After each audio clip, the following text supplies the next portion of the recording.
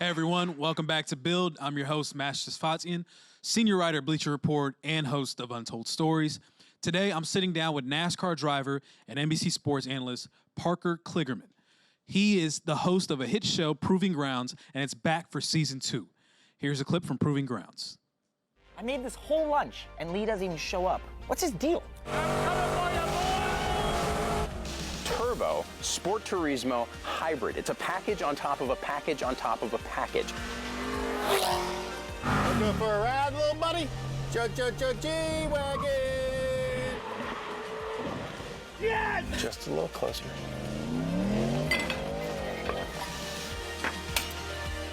And doors that do this. I want you to go real close to my face. I mean my face.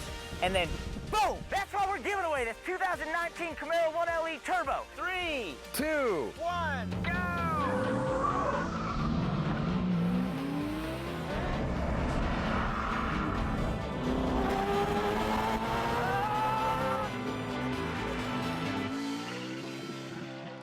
Please welcome Parker Kligerman. Thank you. Thank you very much. That was interesting to me watching this in front of an audience like that. I don't think I'm very comfortable watching myself like that. I was like, oh, don't say anything stupid.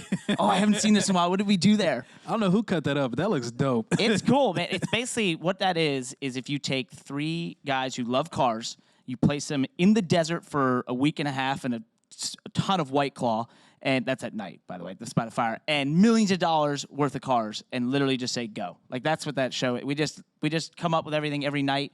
We film it the next day, and then we go, that was kind of cool. What if we did this? And then we just do that again. How did the inception of this show? Where did this idea come from? So it's a buddy of mine who's a producer. His name's Matt Hardigree. He was the editor at Jalopnik, which is a car blog, automotive blog.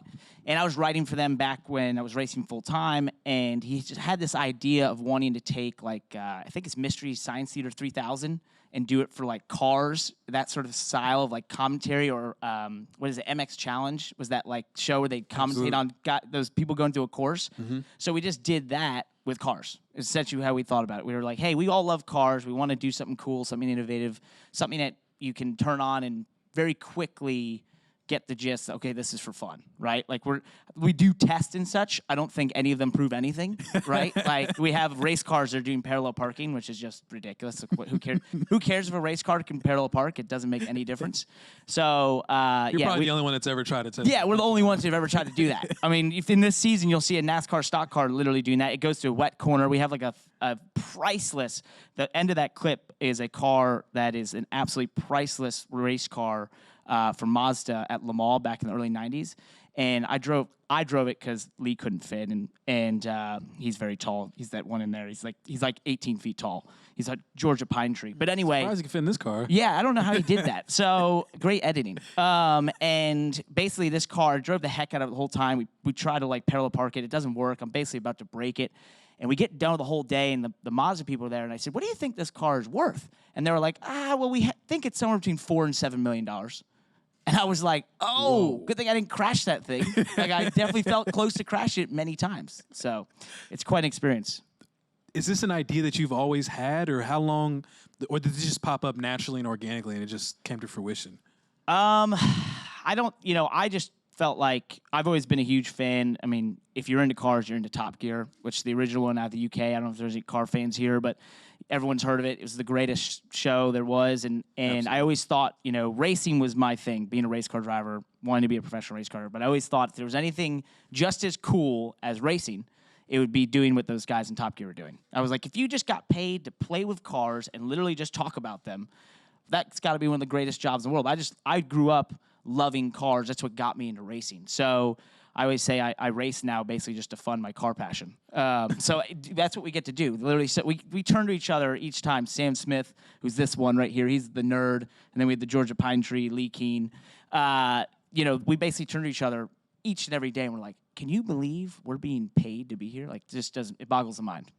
Why cars? Why were you obsessed with cars as a kid? Oh, I don't know. I think it's kind of a joke with my mom is that, like, I came out of the womb holding a model car, sort of thing. So it's just I gravitated them for some reason. I don't know what it is, but they've been a part of my life as far back as I can remember. And somehow, some way, I've been able to, turn that passion and that love and that, just drive to be a part of things in cars into a career. And so I'm one of the luckiest people in the world in that sense, and that you have something that so early on I knew I wanted to be a part of and I loved, and it's just gone through my whole life and become a career in a lot of ways. So some of my friends pull me aside and they're like, man, when I was way younger, when I was like 12 years old, I have 2 older brothers. Their friends would come over and they'd go, I don't even know what I want to do tomorrow, let alone you know what you want to do the rest of your life. Like, I'm jealous. And it's been a cool thing to have that. It's forever. a privilege, yeah. And specifically with your passion, turning your passion to a career, what significance has that had throughout the course of your life? Just understanding and knowing that, while you're living and also when you leave, cars is always going to be a foundational point of your life. Yeah, it's. I'd say there's times where I'm like, this isn't gonna last, so enjoy it now. Like, there's definite times that you're just like, oh, this is all gonna disappear. Great, so that was cool. I think that, with any pursuit, anything anyone does, if you have a passion for it, that's gonna come out. Right? Jesse, who was sitting here just a little bit ago, you could tell that guy had an absolute passion for what he puts into his movies. It's no different in business. It's no different in sports. It's no different in making TV car shows that are ridiculous. You have to have a passion for it because people can so easily in this day and age see a fraud. Right? They can so easily see if you're not into it, if you don't believe in what you're selling, because when you're making a TV show, you're selling. You might think you're just making entertainment. You're trying to sell people to give you their time, right? So a movie star is trying to sell you to go to the movies, right? So you have to believe in what you're selling. And I think because cars have been something that's defined my life, I don't ever feel like I'm being fraudulent or have imposter syndrome or anything when I'm talking about cars. And the core audience that follows you, that organic following they'll see that, they'll feel that, and they'll want to share it and want to be a part of it. It seems like these days, particularly in the social media era, that's the way that you have to do these kind of things. Yeah, think about like the influencers out there and all this stuff, and like everyone has their influencer type, and I think there's the thing I think you're starting to see is it's the niches out there that are really garnering a lot of support, and that's where true support. Yeah, true support because it's so authentic, right? It might be, you are the best at, I don't know, some obscure sport, but that's like your niche, and people who are so into that can tell that you're so into it. So that's like your thing, and I think motorsports and cars, although it's globally large, it's still niche. I think everything's a niche. The NFL is a niche. I think that's ridiculous to say, but that's a niche in some respects. It's a huge niche, but it's a niche. So I think that's the key is that because of social media, because of influencers, and because of all the stuff we see where people are selling us on things that we know they don't believe in, like, fitness teas or whatever. The fact is, if you have something for real that you do, it's so easy for the audience to pick up on it. What can we expect in season 2 in comparison to season 1? Okay, so season 1 was like the 3 most awkward dudes in the desert ever. Like we didn't do anything well, and we had no idea what we were doing. And I'd say every episode was us, the production team, and us on camera trying to figure out what is this show supposed to be about. Because when you're making a new show, I think that some people think there's all these plans and there's all this stuff is formulated out and everything. There's a lot of hope this works. Mm-hmm. Oh, that was terrible. We should redo that. Oh, we don't have time to redo that. So you know what? It sticks, and that sort of thing. So I felt like season 2, we just decided it was basically the luckiest thing in the world to get a season 2. We just felt like after season 1, we're like, we did that terribly. No way. And we got it. So it was like, all right, let's be ambitious. Like, what is the craziest stuff we can possibly do that we've always wanted to see or be done and that sort of thing. And we just consistently went, I think, with the mantra of being ambitious. Like there was a clip there of I do a used car commercial, essentially trying to sell this weird car, this Camaro that has a 4-cylinder that no one's ever going to buy. No offense, Chevy, and I might be wearing Toyota on my shirt, but that's not, that's not deciding my thing. That no one's going to buy that car, and it'll be a rental car at some point. It'll be a rental car, exactly. But it's designed for the track. It makes no sense. I know some of the people here are like, "What is this guy talking about? It makes no sense." But just bear with me. No one will buy this thing. So essentially, we do this commercial, and the whole time I'm doing it, like I'm thinking Michael Scott from, The Office, and I'm trying to be like this character, and I'm doing it, and I'm thinking, this is awful. There's no way this lives. I'm not an actor. I've got lines. I'm trying to, like, be a character. I'm not good at being anyone other than myself. This is going to be terrible. But then I started to look around, and our crew was just, like, dying laughing. And I was like, well, maybe we're onto something here. Like, if you just put yourself out there and just, think, I don't care what people think. You might be, you might surprise yourself. And I think it's kind of what we've done in season 2 is I think some of the things I've seen and some of the feedback I've been getting from people coming up to me at the racetrack and all over has been a lot better than I expected. That's the hardest part, is putting yourself out there, because in the moment you're just like, am I that dumb person on camera trying to do the most? Yes. And if I am, then I know someone's going to make fun of this, and this could be a meme that goes viral and goes completely wrong. That's the biggest fear, is that it's like the opposite of the virality. Like you're the butt of the joke, right? It's like, I guess there's no such thing as bad press, but you're like, this is so bad. It is. Yeah, this is so bad. Like, I'll never be able to show my face anywhere. Like, this is terrible. My family's not going to like me anymore. Like, this is that bad. So I think it's absolutely, you're so grateful when it gets a good reception, even especially if it's a real reception. Sometimes, once again, to being authentic, when people are being fake about it, but when it's a real reception and people that you can tell because they bring things up and specific points about some of the things that happen, you're like, okay, they actually did enjoy it. That's cool. That's a great feeling. How do you feel about your role of humanizing motorsports and also being someone who is a NASCAR driver as well, being able to play this role where you can have this motorsports lifestyle type of show that shows a different perspective of this world that you care so much about?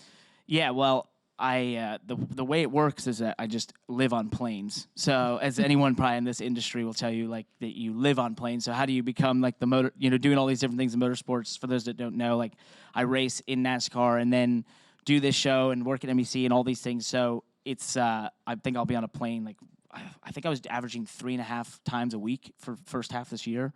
So it's getting up there. Those miles are getting up. Yeah, I'm racking them up. Yeah. And, I knew I was going to the airport a lot. This is a total sidetrack, but I just thought I'd tell this. So I knew I was going a lot when I walked in at 5 a.m. to LaGuardia, and the TSA agent said, "Hey, Parker, what's up?"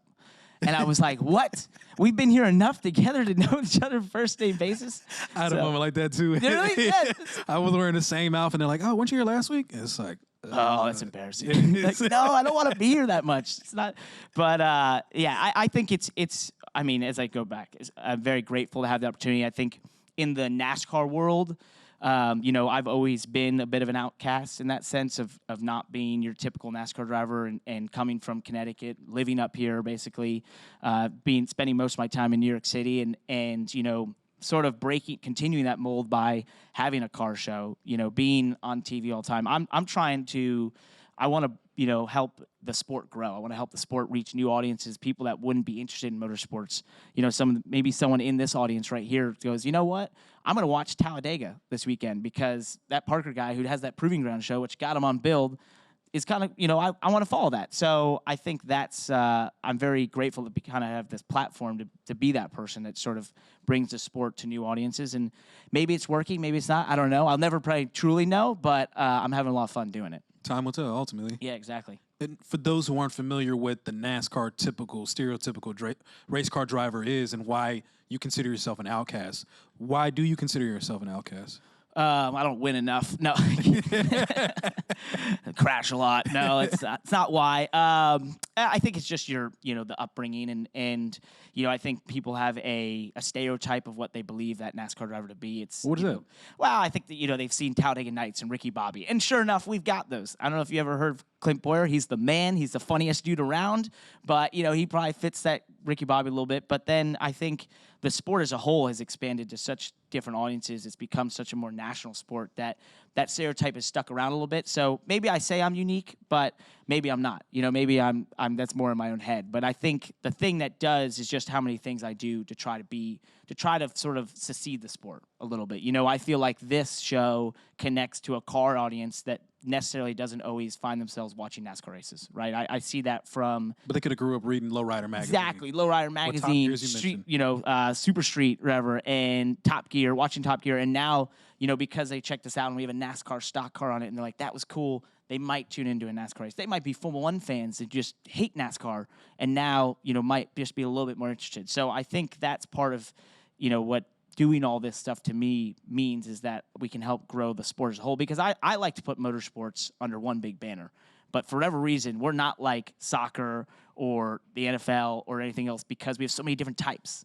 It's like if soccer or football had one, regular football, and then they had football where they play the same sport, but they do it with orange or watermelons. Like, that's how different some of these are. So I think that's where, for some reason, people sort of gravitate to those different places, and they think they can't be a fan of it all. I'm a fan of it all. So I hope others out there will be. And it's refreshing to hear somebody in that place that's a big fan of it, trying to bridge the gap. Because as you mentioned, there are a lot of similarities, but you see the way the Indy stock car racing is considered, an F1 formula, and obviously the Cup Series. It's almost 3 different entities in itself. It's like they're so different, though. The funny thing is, when people ask if a Formula One driver could come to NASCAR, I don't know, a lot of you might know Lewis Hamilton probably, and he's expressed interest in NASCAR. We've had Juan Pablo Montoya, who was a Formula One driver for many years, come over to NASCAR, and we've talked about maybe vice versa, going the other way. And the thing is, they might both be a car, right? Essentially,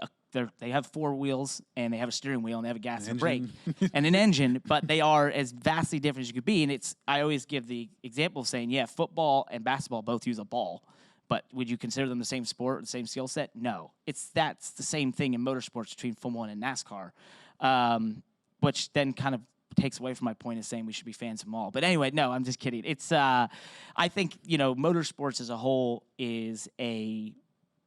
it finds itself, for some reason, always kind of fractionalized a little bit, and we could do a better job of being one whole as a group and kind of help each other, because a rising tide, I think the saying is, a rising tide raises all boats. Motorsports Absolutely. as a whole, with self-driving cars coming and all this stuff, there's a question of, I wonder how many people here have a license right now, especially if you live in New York City, probably not. And so cars, the car culture, some say it's being threatened. But the funny thing I see is that, there's more car shows, more car automotive websites, more car YouTubers, more car Instagrams, more racing Instagrams. All that stuff is bigger than I've ever seen before. So it kind of contradicts that to say there is a future, but we just got to work together to grow it all. Speaking of futures, your featured this weekend involves a race at Talladega. Yes. So you do some part-time racing. Tell me more about what you have upcoming this weekend. So racing in the Cup Series, so the Talladega 500. It probably has a sponsor name, I can't remember. But we'll be doing 500 miles at Talladega.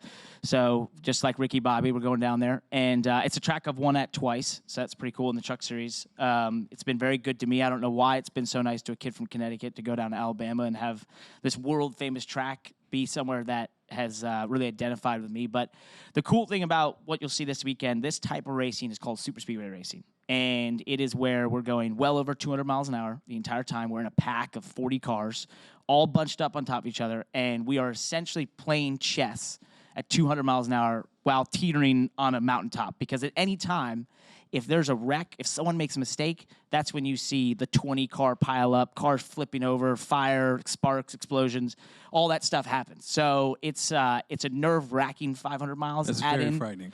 Add in, you're in there for many hours. It's over probably 120 degrees in the car for the whole time. So I think that's one thing people don't always understand about like race car driving is they always ask like, well, I drive on the highway. Just this past race I did at Charlotte, it was called a Roval. It's like a road course, so we go left and right. It was 95 degrees. Inside my car was well over 130 to 150 degrees for all the drivers. We were in there for over 4 hours, and I wore a heart rate monitor. And my average heart rate was 163 beats per minute. So that's basically like it's like a 75%, I guess, of your workout. But I'd hit 181, which is damn close to my max at 29 years old, for an hour. So, like, it is like working out at the hardest you can in an oven. Just I think it's pretty. I did not know it was pretty that hot, insane, or your heart rate could get that high. And I didn't know if it was caused by just anxiety, but I didn't realize the sweat component of it as well. Yeah, it's that and the heat. No human should be in a car if it's 130, 150 degrees. You cook things at that temp. I'm pretty sure they sous vide chicken and such at that time. So we're literally cooking in there. There's usually advisories about yeah, when you the should temperature gets that hot. I wore an Apple Watch and it actually freaked out. It thought I was swimming because it got so wet. And then 2, it was like I'm overheating. Like, you shouldn't be in this heat. Cool me off. And I'm like, hey, bud, we got an hour to go. How do you see that while you're driving? Well, I didn't check it while driving. Okay. Yeah, that'd be illegal. NASCAR, if you're watching, I didn't do that. No, it was on airplane mode. I don't know. I'm probably in trouble now. Great, thanks. And then I want to talk to you about your first race. 2013, it was in Texas Motor Speedway. I'm from Texas. I know how crazy that track can be. What was that experience like for you? That was quite an experience because, you work your whole life. I don't care what sport it is, what you're in. You're always looking to the top. And in racing, you're moving race series at a rapid pace. It might be 1 year in one series, then you move up to the next series, and then so on and so forth, trying to get to the top. You don't spend much time in the lower series. And then when you get to the top, it's suddenly like, oh, that's Dale Earnhardt Jr., that's Jeff Gordon, that's Tony Stewart, that's Kyle Busch. These are the stars that I've been watching my whole life, and I'm on track with them. And that race, I was actually driving for a very small team, and that weekend, for whatever reason, was incredible. We ended up finishing, this doesn't sound that impressive, but out of 43, 18th. But the team's best finish ever was I don't even think, their points position was in the 30s. So we absolutely killed it. We beat so many cars we should never have beat that had higher budgets, bigger teams, and it was just a very cool moment. It was that moment of oh, I've made it. I've worked my whole life, and at 23 years old, I've reached the top of this sport, and that was just an incredible feeling. And I think any pro athlete will tell you, that's something that you never take for granted, you never forget, because you just can't explain what it's like to finally get to that thing you've been searching for and trying to get to your whole life. Absolutely. And we've got some questions here. We've got 2 from the audience, but first we'll start with the tweet. And this one is from Philip Louis. Yes. What's he's got the a most blue check mark? He by the way. does. Verified. Yeah. What's the most challenging aspect in producing NBC Sports Proving Grounds? And what would be your dream car to drive in a future episode? Oh, that's a very good question. The most challenging aspect in producing, I'd say getting myself, Sam Smith, and Lee Keen in the same spot at any one time. So that's the other 2 hosts. For whatever reason, we're always on the radios trying to get each other because we cannot find ourselves in the same spot at the same time when we're supposed to film anything. And then our producers and our directors get very angry because they're like, we are 5, 10, now we're 30 minutes behind schedule, now we're an hour behind schedule, and it's like, where in the world are these 3 guys? So I would say that's one of the toughest parts. A car we would want, Ferrari. We have not been able to get a Ferrari. Ferrari hates having their cars compared to other manufacturers, and we actually do a lap time, even though our track has a parallel parking spot, a wet corner, it has off-road sections. It's the most ridiculous track in the world. They don't want to be compared. So if you're watching, we would love a Ferrari in future seasons, please. Yeah, and we will put it out there, and we swear our lap times don't mean anything. So don't worry. No one's going to judge the Superfast on its parallel parking time because that's not why they buy a Ferrari. You know what? It may change my perception of Ferrari. I'm big on parallel parking. That's what I'm saying. Especially in New York. Just got you a new customer. We've also got 2 questions from the audience. Let's start with our first one here. Hi. I wanted to ask, what was the most memorable part in filming the show? Great question. Most memorable part. So I think there's 2 to me. One isn't really about the filming part, but it's the whole production crew that I work on the show with and all of us. Every night, we're out in the desert in cabins. So we're so far from civilization. We're about an hour and a half from the nearest town out there. And we stay out there for a week. And we do bonfires every night. And we go out there. And that's when we literally write the show for the next day, the episode. That is really cool. And so that is probably one of the most fun experiences in the world. We have millions of dollars worth of cars circled around this compound. And we just look at them and think, what does the world want to know about that? Maybe we have a couple drinks, I don't know. And, we just go about writing the show. And that's a great experience. That is a really cool creative environment. Yeah. What was the second part? I forgot now. What was the most memorable part? Oh, and the most memorable. Oh, that's why I had a 2-part to it. Driving that race car, that Le Mans winning race car. It was the most insane, visceral experiences of my life. So Why is that? It's a 787 Mazda Le Mans car. It's the sister car of the car that actually won for Mazda. And it was the one that was well over $4 million. And I actually couldn't fit shoes in it, so I drove in socks. I wore it's our Rad episode, so I wore this ridiculous. It's supposed to be like a harken to the '80s, early '90s, basically before I was born. And I'm wearing like a ridiculous jean outfit. The jean jacket was actually my girlfriend's, so it's just Shout out to her. It was the most ridiculous experience to be driving this priceless car that has 1,000 horsepower and screams like a banshee in just this ridiculous and outfit with no Sucks. shoes. Yeah, Like it's a Honda Civic. yeah, it's like Honda Civic. Yeah, like you're going to the store, whatever.